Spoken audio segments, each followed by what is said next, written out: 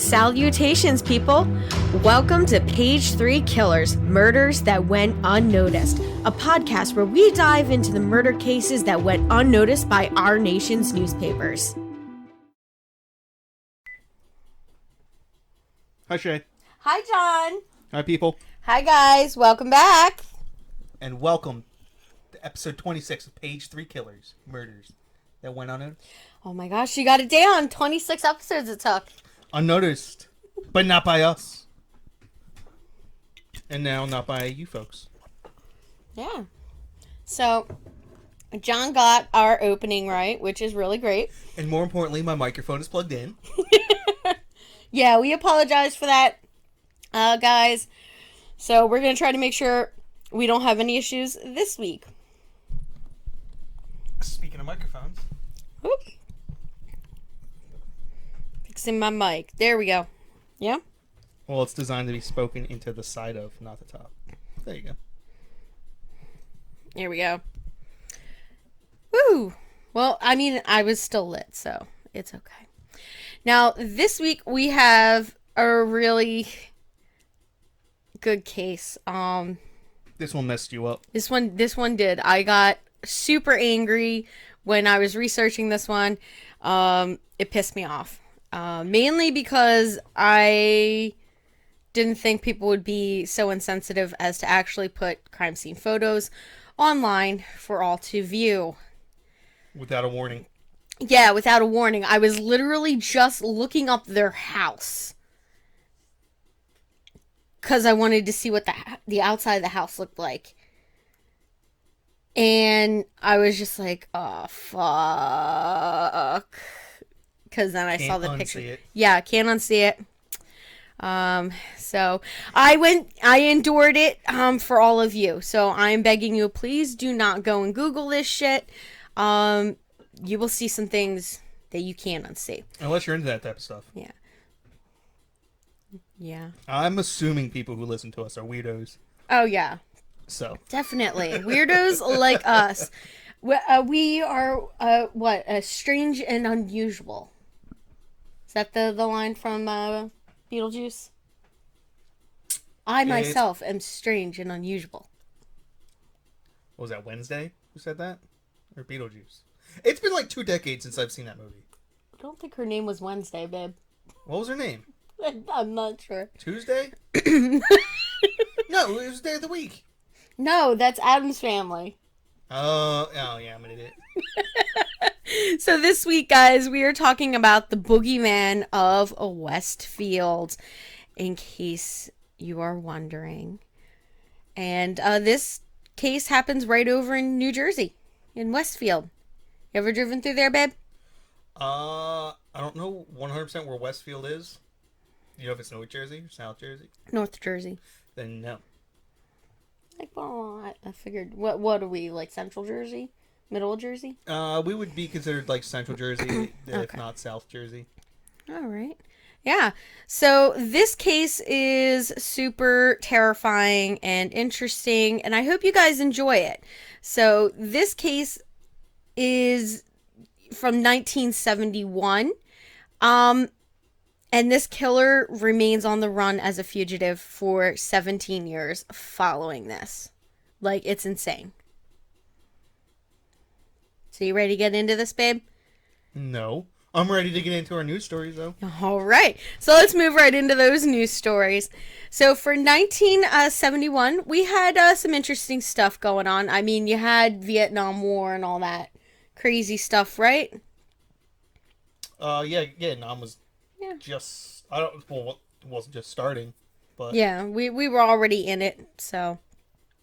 Now, on January 2nd... we had a ban on radio and television cigarette ads goes into effect in the United States.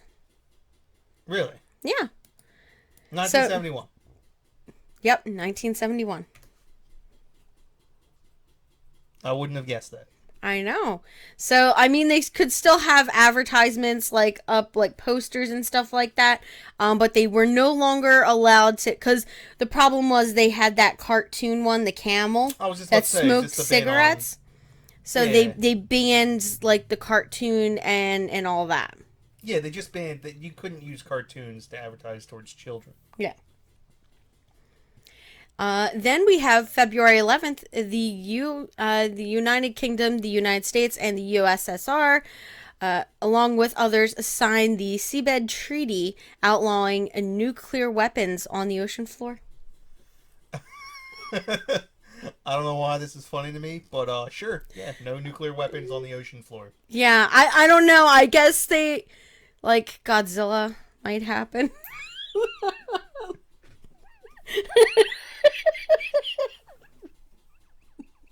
Yeah, no, that makes sense. Well, I guess so I guess they'd be trying to hide them on the ocean floor. Is that the Yeah. idea? Yeah, I think what it was is that, I guess they were worried that they would, like, try to hide, like, missile silos under the ocean. I don't know what. I mean, but they had the. Then you have nuclear submarines, and it's just like, are you really? Well, we don't go below certain depths, Yeah. so I guess that's it. The Yeah. Russians can go further down than us. Oh, really? It's true. They use titanium ships, Uh, which can go further down, but they can only go further down once. oh, and then it's like, I guess the whole integrity is Yes, they're shot. So, yeah, ours can basically, they can't go down as low, but they can always kind of go down as low as they can.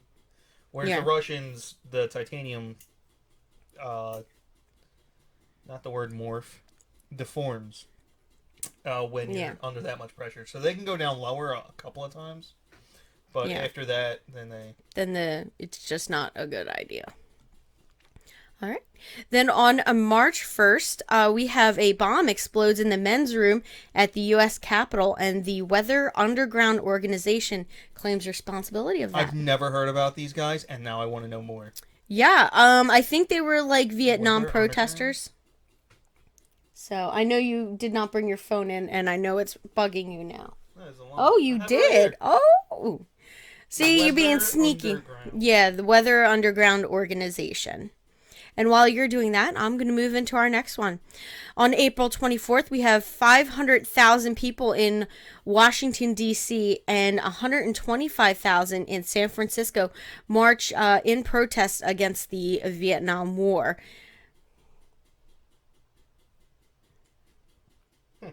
Yeah? Wonder if it was the same people. Probably. So, according to Wikipedia, they were just crazy leftists without much. Yeah, really just crazy leftists looking to overthrow American imperialism. Just in general. Yeah. All right. Then on June 13th, Vietnam War news, we have the New York Times begins to publish the Pentagon Papers. Oh, snap. This is a big So, deal. yeah. So the next one follows right in with that. On June 30th, the New York Times and the versus the United States, the Supreme Court rules that the Pentagon Papers can be published, and they reject the government's basically their injection that they shouldn't be published because of national security. If for 10 seconds in your entire life you've ever trusted the government, go read the Pentagon Papers. Yeah. It literally says, these are documents. These are official documents from our government explaining that we cannot win the war in Vietnam, but we need to send children to die because we need to get reelected. Yeah. That is literally what a conversation between John Kennedy, his brother, and Robert McNamara was. Yep. Crazy, crazy, crazy. I don't know where I heard Robert McNamara's name the other day. This is completely off topic. But he was like the CEO of a company. I think maybe of a car company or something. His name came up the other day. I believe his daughter was the... was she an investigative reporter or something? She covered, out in California, the...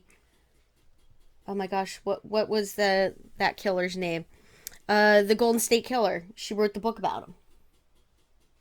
Oh, didn't know that. Yeah, she learned, like, it was like a big deal, and she was the one that posed the question of, like, is it like if he was a cop, because he obviously knew something about forensics. So she was like, it's a possibility, right? Like, kind of stuff. Anyway, moving on. Yeah. So then we have on July 3rd, Jim Morrison, lead singer of the and lyricist of The Doors, is found dead in his bathtub in Paris, France. How old was he? Oh, This is the how old was he? Oh, was he This is a deal with the devil. He was 27. 20? That's right. I can't remember the blues singer's name. Something Johnson. Yeah. He infamously made a deal with the devil at the Crossroads down in Georgia, if I'm not mistaken.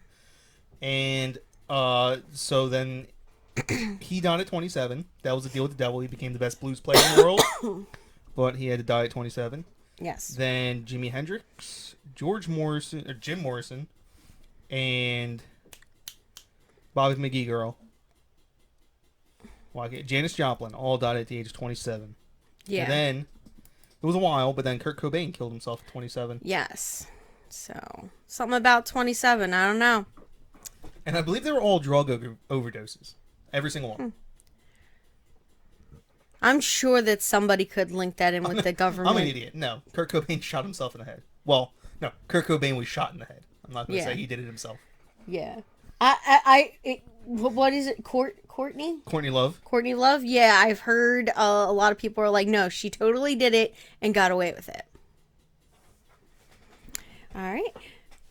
And then on August 15th, we have President Richard Nixon announces that the United States will no longer convert dollars to gold as a fixed value, effectively ending the Bretton Woods system.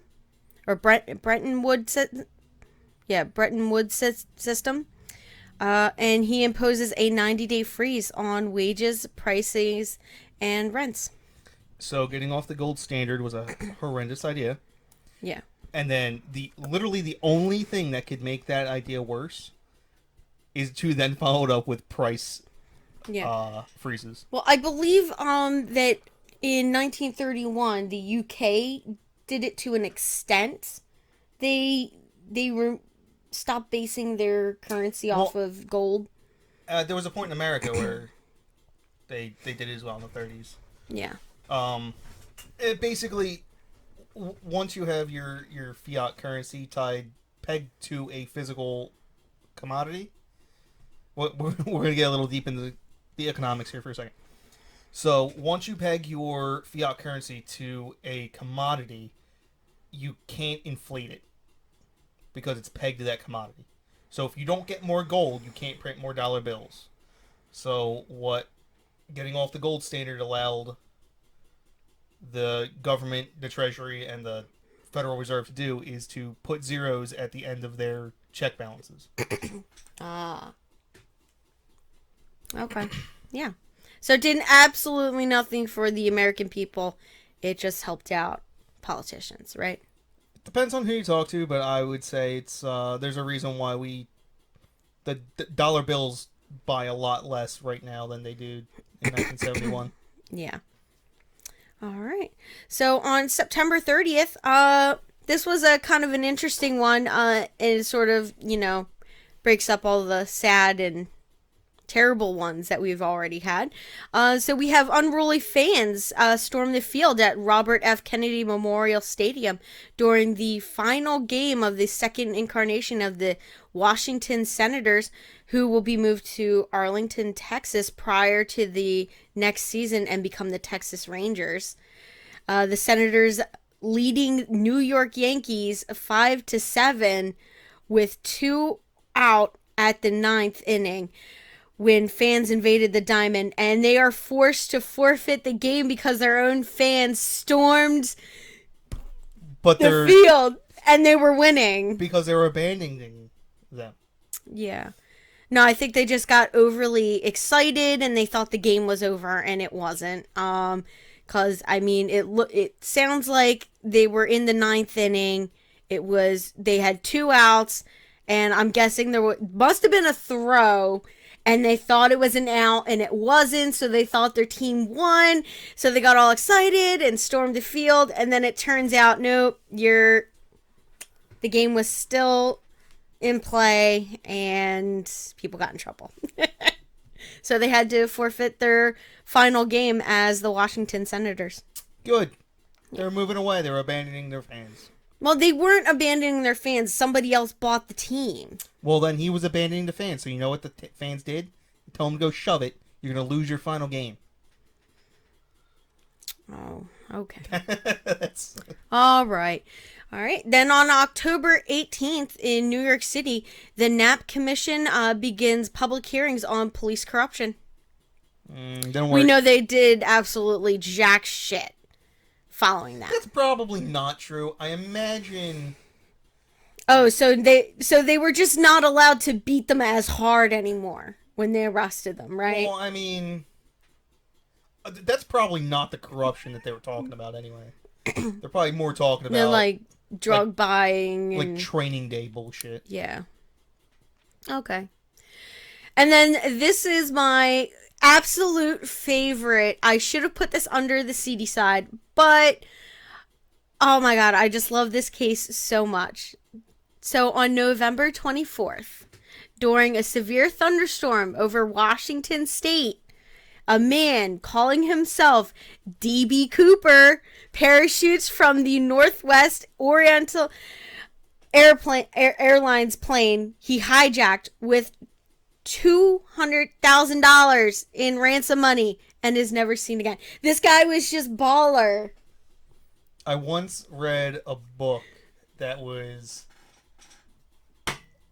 I don't want to say it was based on the D.B. Cooper, but it was oddly similar to D.B. Cooper. And it was basically how he survived in the woods afterwards. Like he found a small kid to help him out.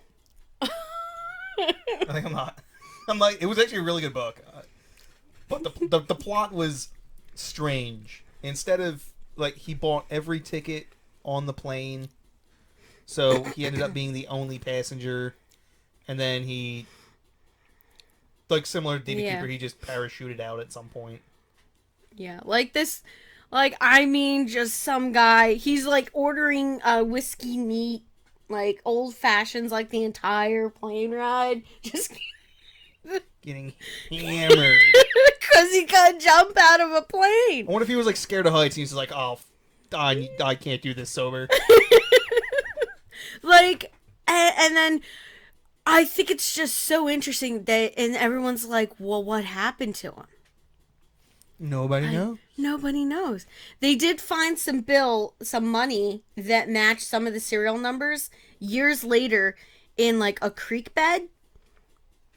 But you're just like, like, where'd the rest of it go? Where's he? And I just don't know.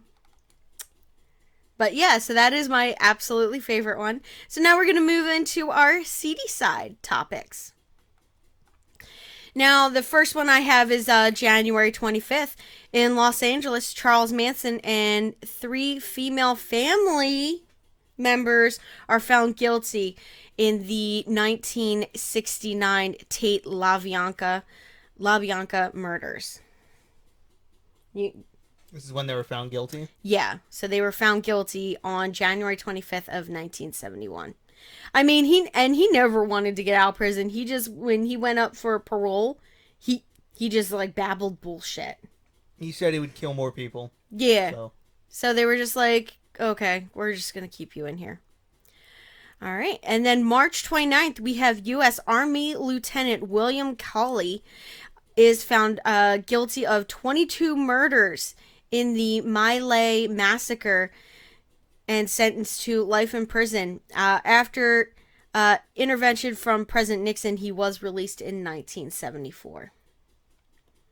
I mean, he murdered 22 people. He wasn't alone. There was a lot of people. Yeah, I'm sure there were. There were a lot of people. He was just the guy caught holding the bag. But still, You were involved in that, so I don't think 4 years is it quite fair. Now, also on that same day in Los Angeles, a jury recommended the death penalty for Charles Manson and all three female family members. But on April 9th, they do sentence Charles Manson to death, and in 1972, the sentence for all California death row inmates is commuted to life in prison when they get rid of the death penalty. I think his followers were released. Yeah. At some point. Mm-hmm. They didn't serve life sentences. No. They were able to get parole and all that later down the road. I believe. Yeah. She was the one that I remember. All right. Then we have on June 28th, assassin Jerome Johnson shoots Joe Colombo in the head in the middle of an Italian-American rally, putting him in a coma and paralyzing him. He ended up dying several years later as a result of his injuries. Yeah. So who was Joe Colombo? So I'm pretty sure he was like one of those. Oh my gosh. Like a teamster? Yeah, teamster. So he was busy burying people. Yeah. So all I'm gonna say, where's Jimmy Hoffa? So now on September 9th through the on September 9th through September 13th, we had the Attica prison riots. Now, I watched a documentary on this. This was insane. So this is basically a riot starts in a maximum security prison in Attica, New York. By the time it ends, they've brought in not just regular police, the state police, the National Guard, and there are a total of 42 people who are killed, and 10 of them were hostages, which was crazy. So I do work in prisons. Yeah. And at least at the state prisons, I don't have to sign off on all the crazy stuff. But when I go into federal prisons, I literally have to sign off on like paperwork that says if I'm ever taken hostage, they will let me die. They will make no attempt for my rescue. Like that is almost verbatim. We will make no attempt to rescue you if you're taken hostage. They will not negotiate. Nothing. Can you like mess up your initialing or something so that in case something happens to you, I can sue the state? It would be the federal government, so yeah, it's not happening. Oh yeah, I couldn't win against the federal government. Papers I gotta sign when I go into federal prisons. It's like it's legitimately like. For reference, guys, he's not going to prison to be rehabilitated or anything. He's going in to perform a job. He comes out same day. All right, so let's that was it for our CD side, for all of our news. So we hope you guys like that. Now we're going to get into our case. Now, this, like I said, this happens on December 7th of 1971, okay? So I'm just going to, this is setting the scene for everybody, all right? So 1971, the police arrive at the Breezy Knoll mansion of John and Helen List in Westfield, New Jersey. And it's a beautiful house, I might mention.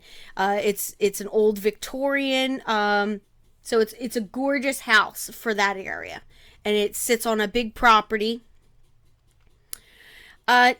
Neighbors called the police and asked them to just do a welfare check, basically, because neighbors started to notice that all of the lights were on day and night inside of the home, and they hadn't seen their neighbors in a while.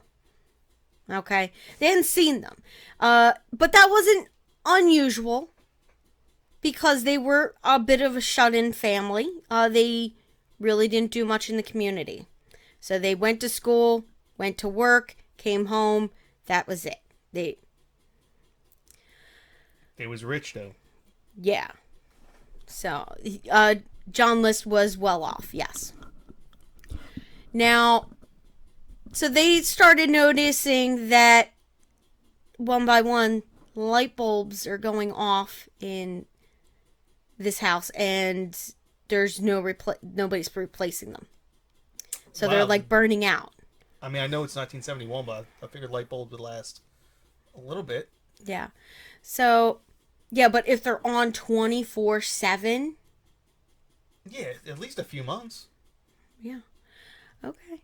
Well, yeah, so the neighbors call and the police go out and walk around the door. Nobody answers the door. They walk around and they find an entryway that they can go in through an unlocked basement window.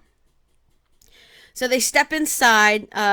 They go up to the first floor, and inside the house there's a religious radio station playing over in the house. And they walk into the ballroom of this mansion, Yeah, I want a ballroom. where they find the decomposing bodies of the occupants of the house. Now, I'm going to give you a list of who they found. So they found Helen List, 46.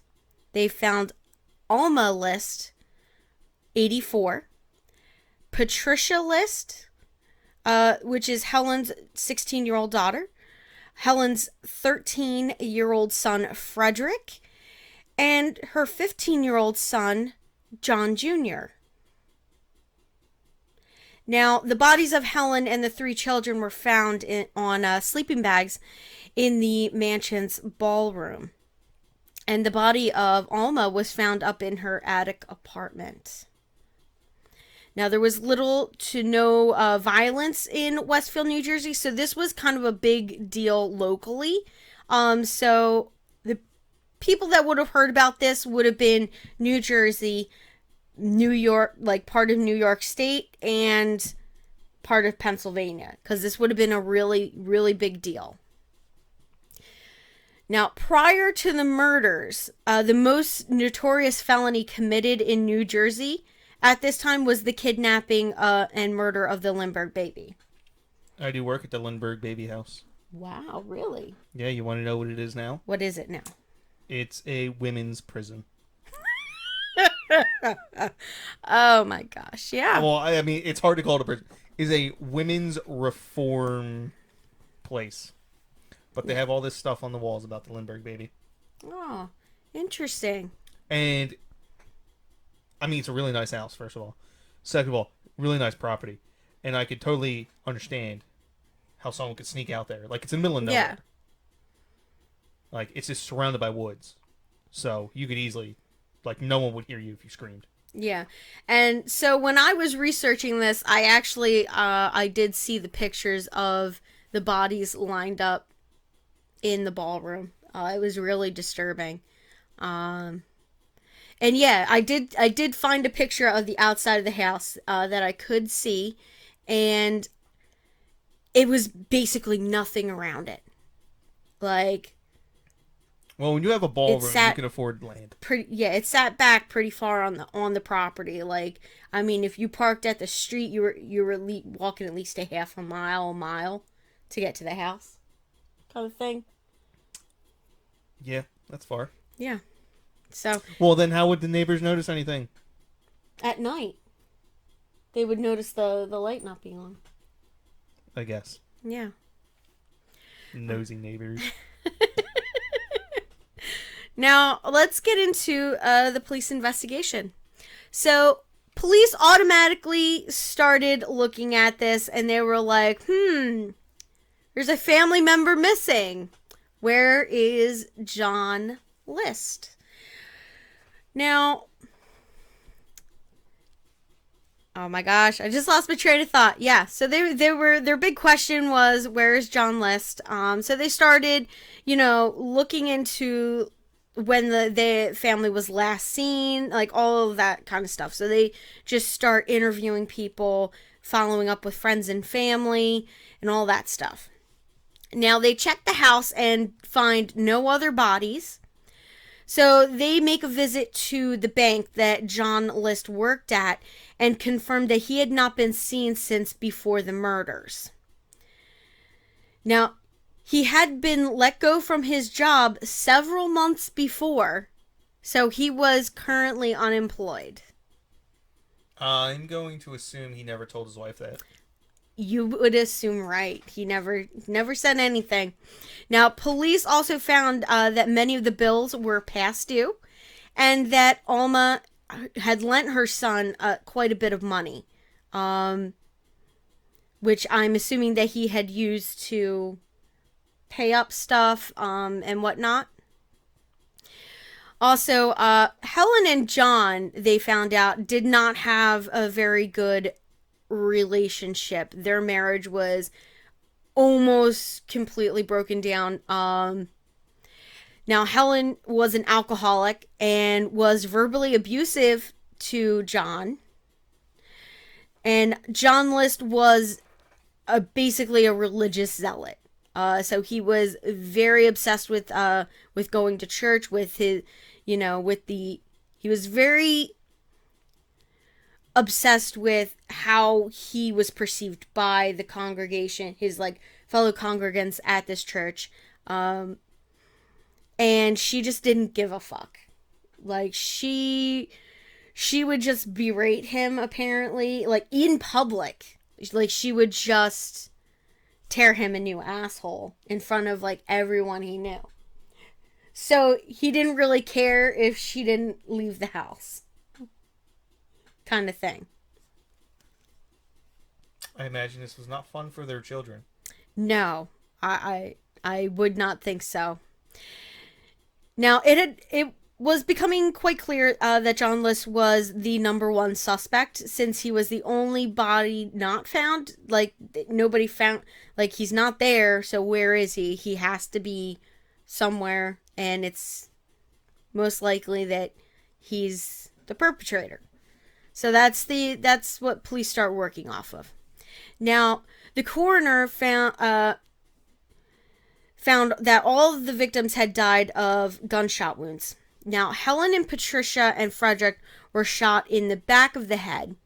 Alma, 84, received one gunshot above her left eye, and John Jr. received several gunshot wounds. So, Now, police believe that on November 9th, 1971, John List murdered his entire immediate family using his 9mm Steyr 1912 semi-automatic handgun and his father's Colt .22 caliber revolver. Now, while his children were at school, they believe that he shot his wife, Helen, and then his mother, Alma. They believe also that his daughter, Patricia, and their younger son, Frederick, when they arrived home from school, that he shot them then when they arrived home. After that, he made himself lunch. John List then drove to his bank and closed down both his and his mother's bank accounts. He then went to the Westfield High School to watch his son, his eldest son, John Jr., watch his soccer game. Then he drove his son home, where he shot him repeatedly. What the heck is wrong with this guy? Yeah. So evidence showed that his son did attempt to defend himself, which is probably why he sustained so many gunshot wounds.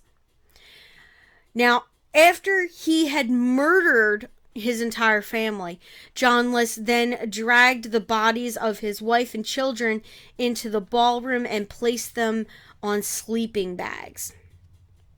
Now, on John's desk in his study, police found a 5-page letter to his pastor. John List claimed that he saw too much evil in the world and that he killed his family to save their souls. Yep.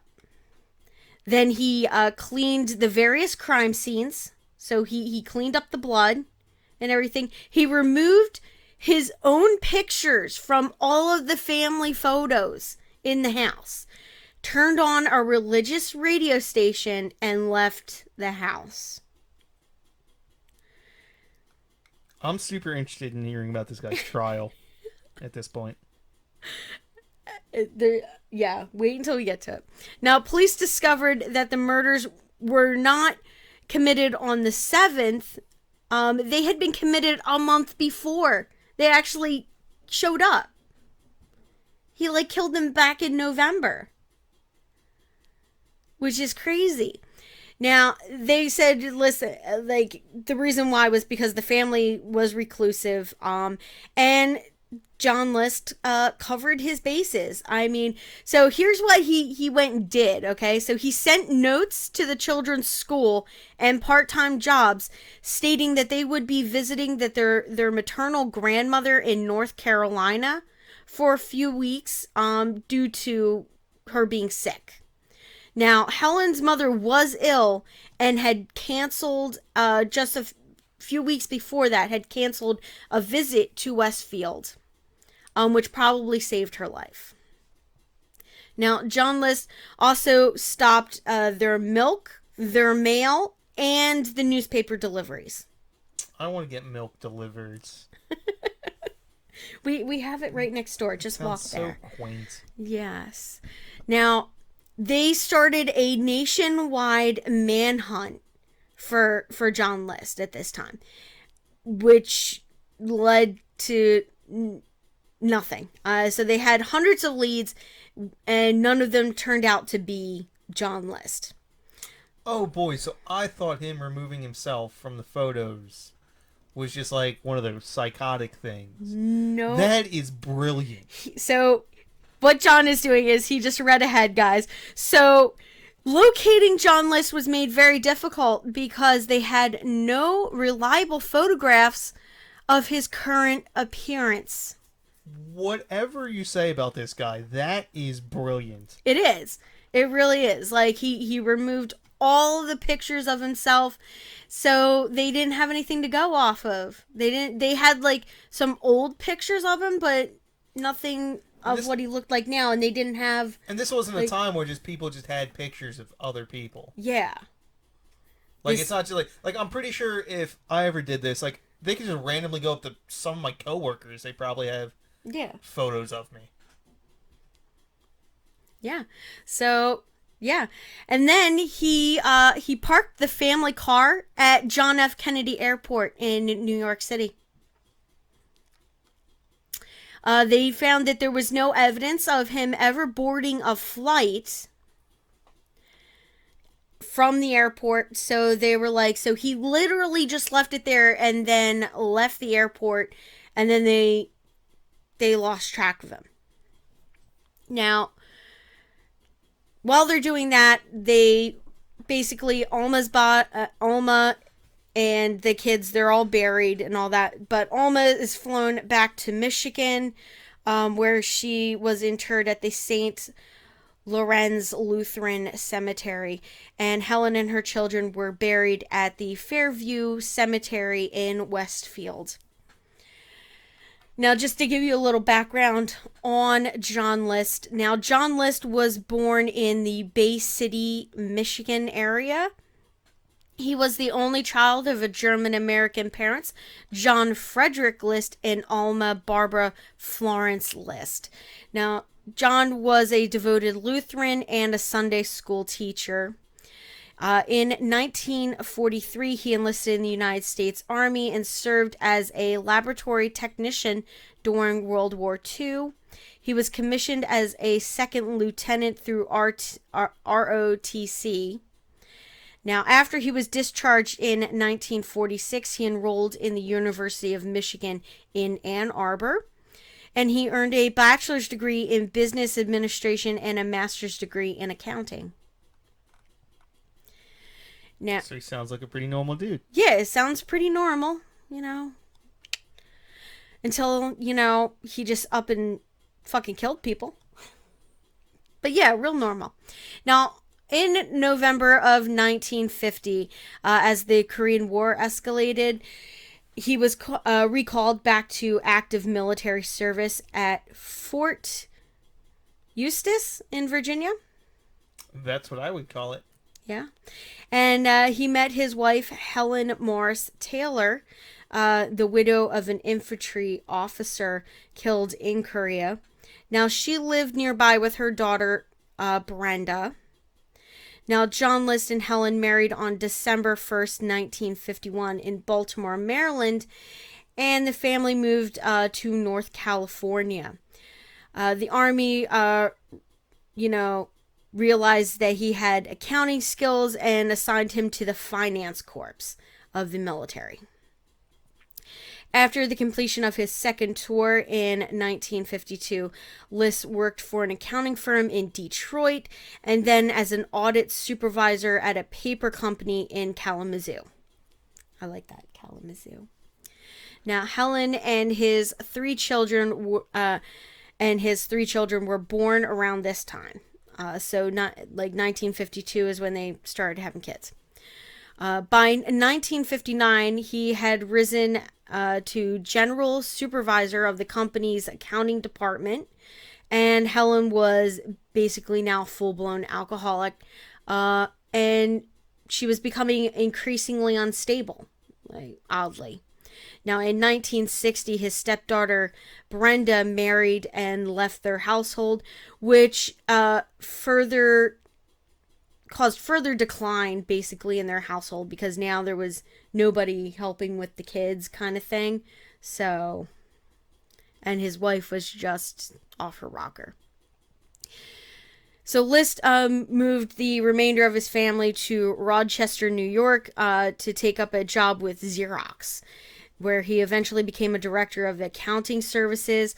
In 1965, List accepted a position as vice president and controller at a bank in New Jersey, in Jersey City, New Jersey. Oh my gosh, that one was tough.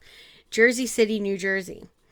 Now, he moved his wife, children, and mother into Breezy, Knoll, which is a 19-room Victorian mansion. And I have the address for you guys. It was 431 Hillside Ave in Westfield. Just so you guys know, that house is no longer there. Breezy Knolls was burned down in a fire that August of 1972. Oddly enough. So, how did this guy make that much money? Like, I get it. He had some high, like, director of accounting. I guess if you're a director. Yeah. I mean, he was basically the vice president at the bank. Okay, vice president, controller of the bank, but... Yeah. Well, I heard, from what I heard and read, he was not a very personable person. Like, he wasn't good with, like, face-to-face interactions with other people. He was very awkward, and people thought he was strange, and that... He was very accountantly. Yeah. They just said that he was kind of creepy. Kind of thing. Like, he didn't put people at ease. I wonder if he was, like, on the spectrum. Probably. He might have been. I don't know. Now, the fire was officially ruled an arson. And that arson case remains unsolved. So they're not sure who burned it down. But, when the home was destroyed, that included a ballroom, the stained glass ceiling, which was rumored to be a signed Tiffany's original, and it was worth at least $100,000, which in 2019 it would have been worth around 600, like a little, like around 600,000. And it's just for a skylight. Yeah. Well, I mean, it's also it was like room. Yeah. I mean, well, that was just for the Tiffany signed ballroom yeah, no, that's ceiling. what I'm saying. It's just for the skylight was $600,000. Yeah, so a new house was built on the site in 1974. But now, like I said,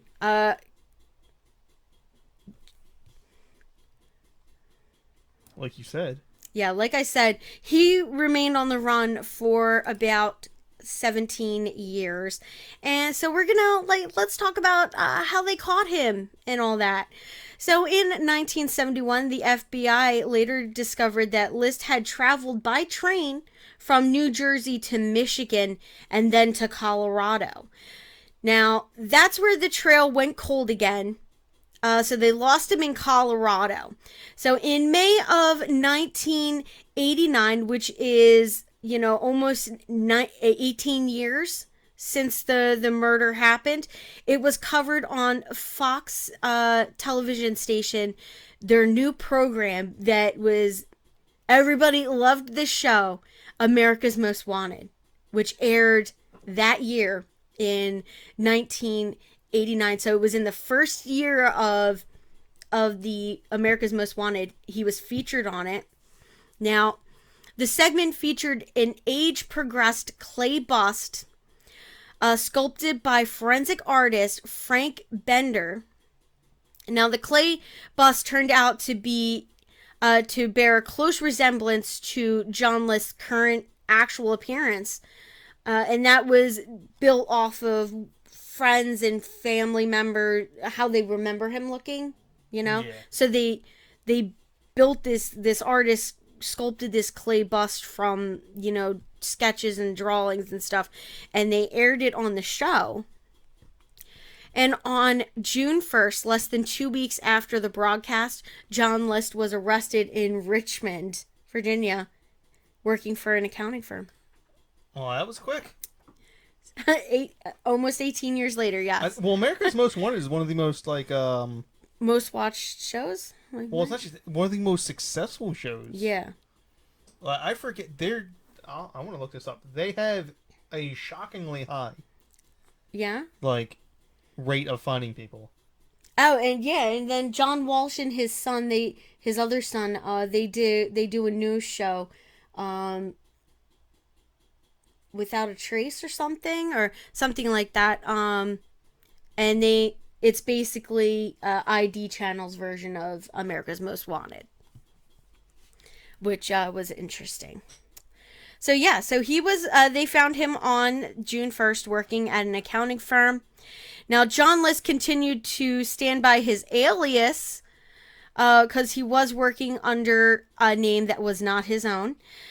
So he continued to stand by his alias for several months afterwards, even after an extradition to Union County, New Jersey in late 1989. The police took his fingerprints and matched them to his military record, confirming that he was John List. At that point, he was like, okay, fine.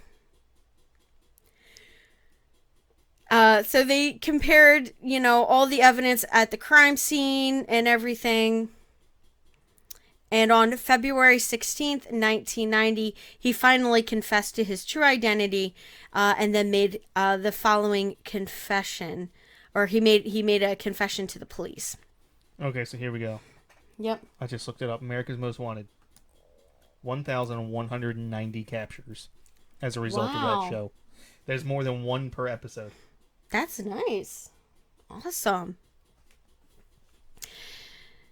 So, John List apparently settled in Denver in early 1972 under the name Robert Peter Bob Clark, which turns out he used one of his old college classmates' names. He basically stole his identity and used that name. He then took an accounting job in Denver. And from 1979 to 1986, he was the controller at a paper box manufacturer outside of Denver. He joined a Hope Lutheran Church and ran a carpool for church members. At one of the religious gatherings that he attended, he met an Army PX clerk named Dolores Miller. They married in 1985, and in February 1988, the couple moved into a house at 13919 Sagewood Terrace in the Brandermill neighborhood in Virginia. I'm not even gonna try to pronounce the town though. Midlothian. Midlothian. He resumed working as an accountant for a small firm. And it was basically, I believe, a law firm. It was Midrad, Journer, Kirkham, and Woody. Sounds very law firmy. Yeah. Now, at trial, John List testified that his financial difficulties reached crisis level in 1971 when he was laid off with the closure of the New Jersey City Bank. Yeah, see, but here's the thing. Mm-hmm. This guy's had a very good track record. Yes. He didn't get fired for lack of performance or anything else. He was fired because the bank closed. Yeah. I cannot imagine that this guy would have too much trouble finding another job. Yeah. Well, yeah, so to avoid sharing the humiliating development with his family, List followed his daily routine. So every day he got up, got dressed in a suit. He had breakfast with the kids. They left. He would leave. And he would spend the day at job interviews or at the Westfield train station reading the newspaper until it was time for him to come home. Now, he basically skimmed money off of his mother's bank account to avoid defaulting on the mortgage, and he just let the other bills go to hell. As the year progressed, the family's financial problems became more strained, and he started encouraging his children to seek part-time jobs to teach. And he said it was to teach them maturity and responsibility. Well, yeah, when you live in a mansion, usually getting a part-time job isn't necessary. Yeah, exactly. So, but in reality, it was actually to keep them solvent financially. So basically, his kids worked, he took the money, kind of thing. I can't see. This is why they shouldn't buy a 19-room flipping mansion. Yeah. Seems like that's the problem. Yeah. So John List at this time was dealing with his wife's alcoholism and her. She was diagnosed with untreated tertiary syphilis at this time. Now, she contracted that from her first husband and concealed it for 18 years from him. According to the trial testimony, Helen had pressured John into marriage by falsely claiming that she was pregnant, and then insisted that they marry in Maryland because it did not require you to get a premarital syphilis test, which was mandatory in other states. I did not know that was a thing. Yeah. I remember my mom and my nan saying that when they went to get married, babe, they had to get they had to get a family they test. had to get a family test, and then you also had to get a basically a test that said you didn't have syphilis. Huh. Yeah. Yeah, I'd never heard that before. Yeah. They don't even do the family test anymore. Yeah.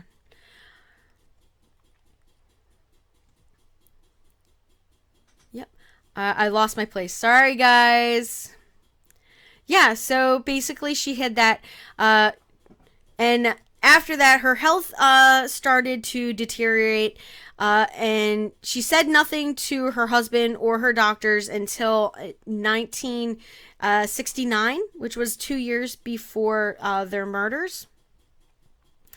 When they did a thorough workup, they found out her condition. But by then, the disease plus the alcoholism had, taken its toll, and basically, he said, transformed her from an attractive young woman into an unkempt, paranoid reclusive. Now, she frequently in public humiliated him and compared his sexual prowess unfavorably with her first husband. So she used to tell him, her previous husband was more of a man and he died in war, and, you're just a weak, pathetic person. So she wasn't very nice.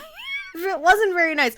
But to be honest, if I had untreated syphilis and just life regrets, I'd probably be a pretty big bitch too.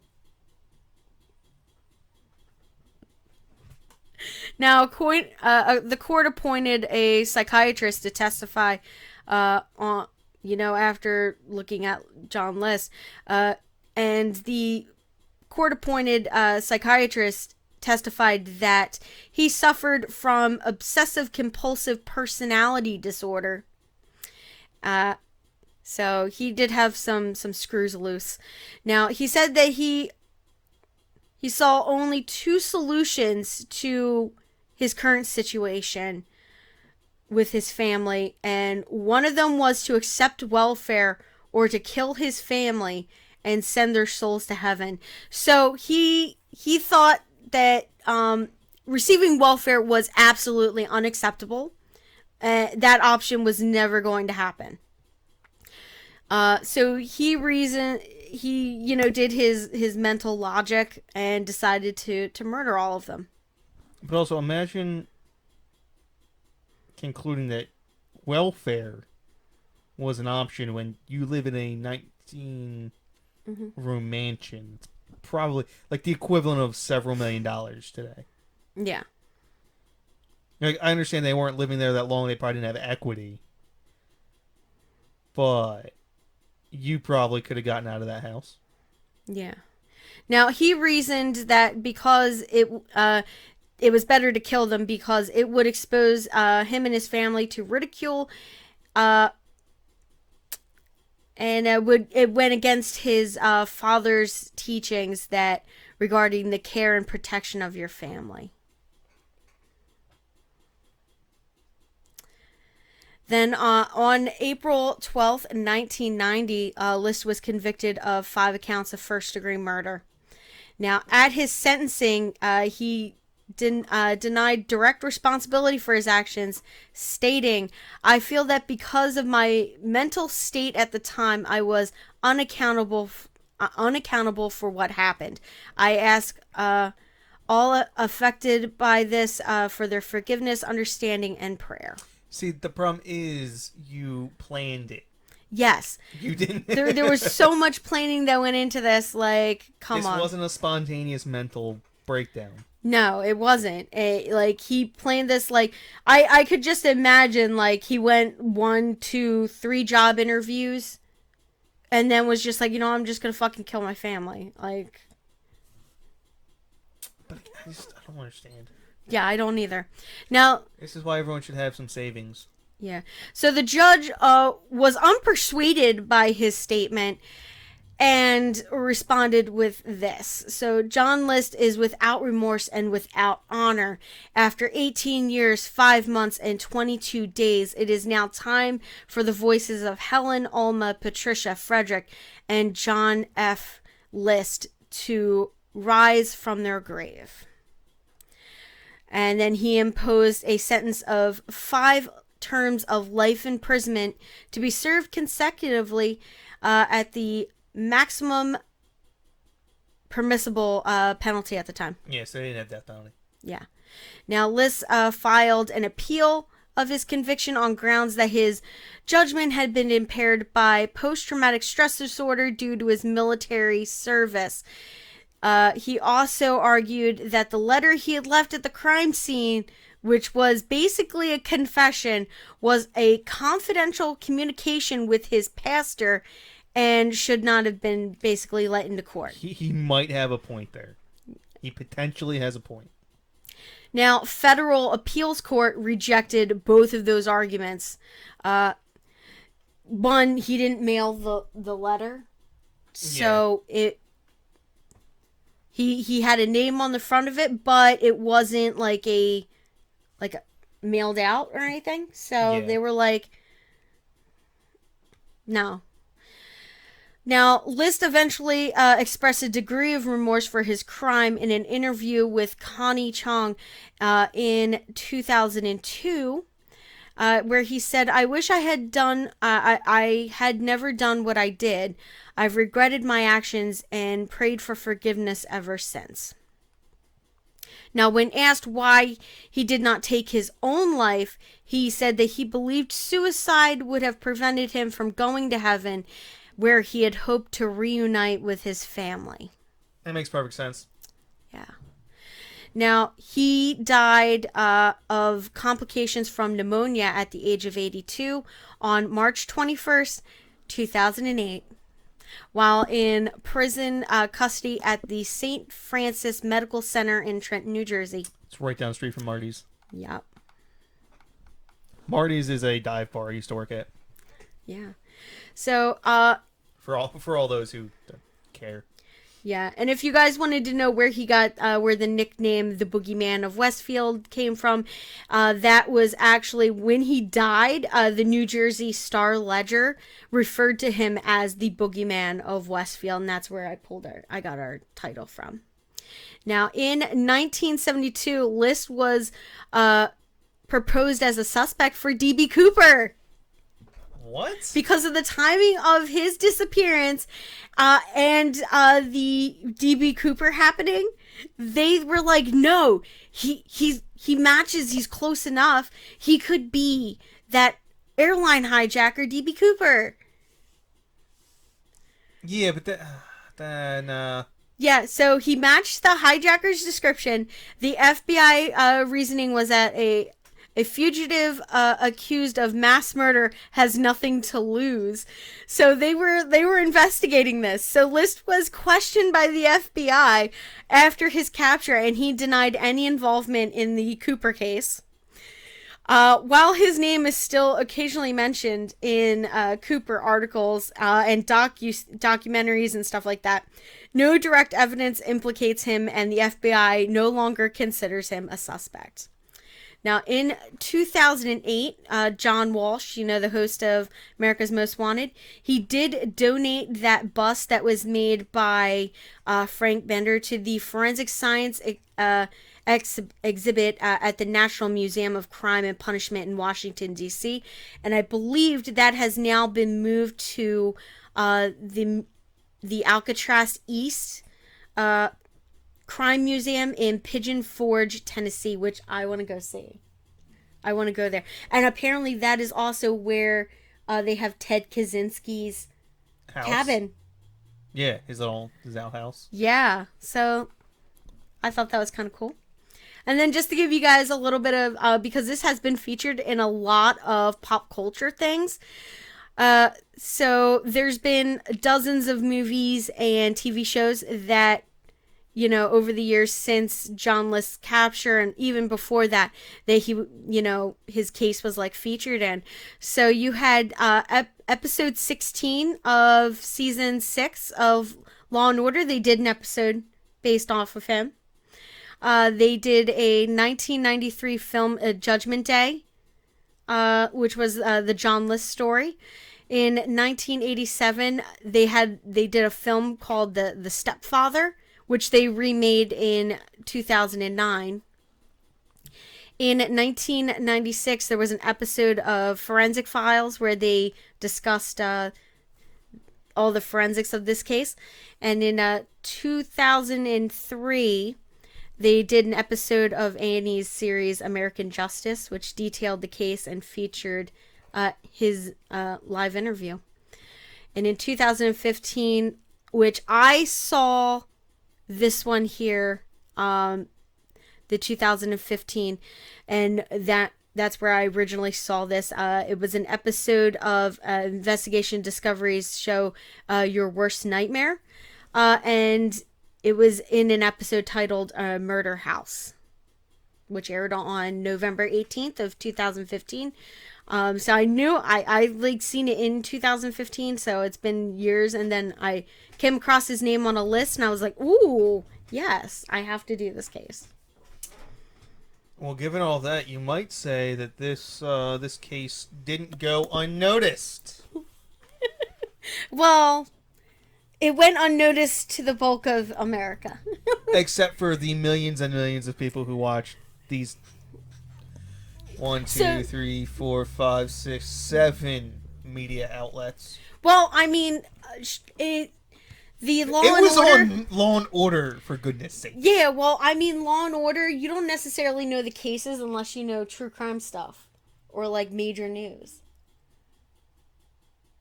There were like multiple movies I just swallowed a piece of mango.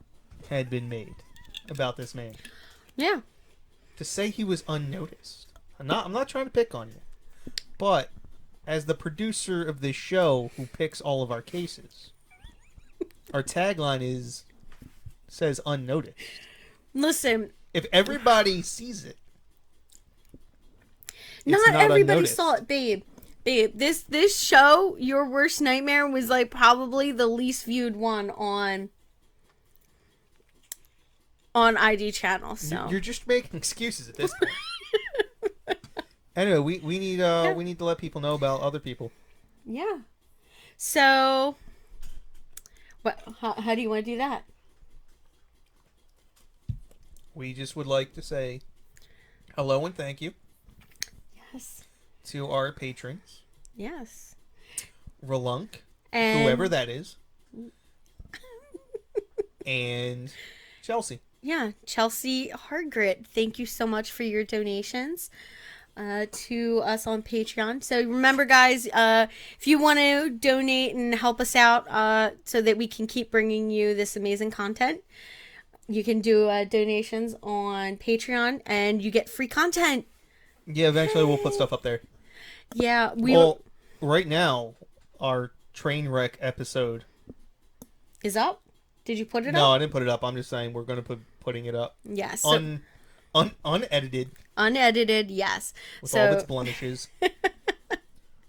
Yeah, that train wreck of an episode that we tried to record for you guys. Yeah, it didn't go too well. So it's the Colonial Patreon. Parkway, by the way, in case you really like that one Yeah. and wanted to listen to it again. Yeah, except with terrible audio and very, very intoxicated people.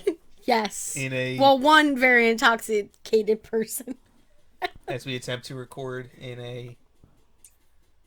Well, it wasn't a hotel. It was like a condo. Yeah, we rented a condo down. Yeah. Oh, wow. It was worth a try. Now, next time, we're just going to rent a really nice place to do it. We'll just record it in advance. Yeah. And then take the week off. Yes, that's what I think. Now, so you guys can do all that stuff. You can hit us up on Facebook, online. Twitter, no. No. Instagram, no. No. We're bad Email. at this. You guys You can email you can send us. us an email. What is this, like 1998? Just send us an email. Well, do we have a website? No. Oh, man. We do have Facebook, though. We do have a Facebook, which I do keep up on. And we did start a new series. That's going up on... Seedy Side Minis. Right, the Seedy Side headlines, and those are going to go up for Patreon supporters. So if you want to get in on some of this new content that we're going to be putting out, make sure you join our Patreon. One doll hair is all it takes. Yeah, a single doll hair. Yeah, one doll hair. And all of this wonderful, wonderful content can be yours. For $1 a month. All right, guys. So we're going to close out this episode. We are at our mark. So we hope you guys have a nice night, nice day, nice weekend, whatever it is. We hope you enjoyed this podcast and join us next week for another awesome episode. We still don't have a tagline. See ya. Bye.